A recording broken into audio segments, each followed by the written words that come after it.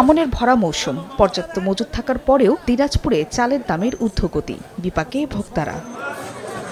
সোমবার শহরের বাহাদুর বাজারে 2 থেকে 3 টাকা বেড়ে বিয়ার 28 চালের কেজি বিক্রি হচ্ছে 58 থেকে 62 টাকা। এছাড়া বিয়ার 29, 56 থেকে 60 টাকা, সুমন স্বর্ণ 48 টাকা, গুটি স্বর্ণ 47 টাকা, মিনিকেট 75 টাকা, নাজির শাইল 85 টাকা, জিরা কাটারি 115 থেকে 120 টাকা কেজি দরে বিক্রি হচ্ছে। চালের দামের লাগাম টানতে সরকারের হস্তক্ষেপ চান ক্রেতারা। চালের দাম বাড়তে অনেক সমস্যা হয়েছে, ভালো যে চালটা খাতাম এখন অনেক বেশি দামে কিনতে হচ্ছে। দাম বাড়লে আমরা কিনবো কিভাবে? আমরা কিনতে পারতেছি না।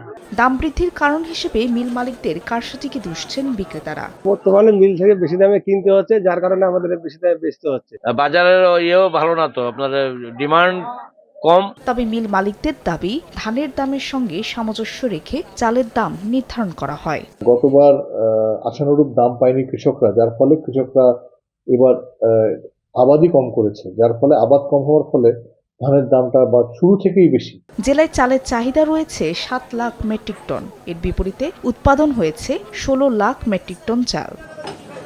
সময় সংবাদ, দিনাজপুর।